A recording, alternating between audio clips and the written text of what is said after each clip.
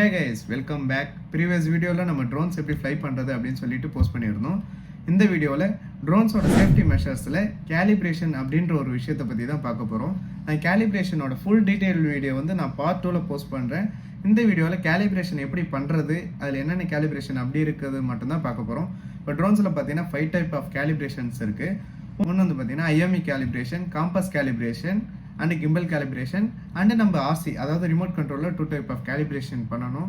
அந்த calibration ஏன் bro பண்ணனும்னு கேட்டினா ட்ரோனோட சென்சார்ஸ்லாம் கரெக்ட்டா ப்ராப்பரா வேலை செய்தானணும் and ட்ரோனோட ஸ்டெபிலிட்டி மூவ்ஸை வந்து இம்ப்ரூவ்மென்ட் பண்றதுக்கு தான் இந்த calibrationsலாம்.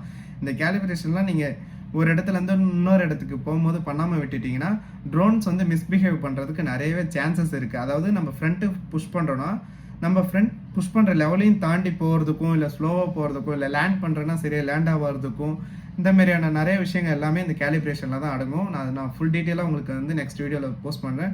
இது பார்ட் ஒன் வச்சுக்கோங்க. இந்த பார்ட் 1ல் என்னென்ன கேலிப்ரேஷன் எப்படி பண்ணணும் அப்படின்னு சொல்லிட்டு நான் அடுத்தடுத்து கொடுத்துருக்கேன்.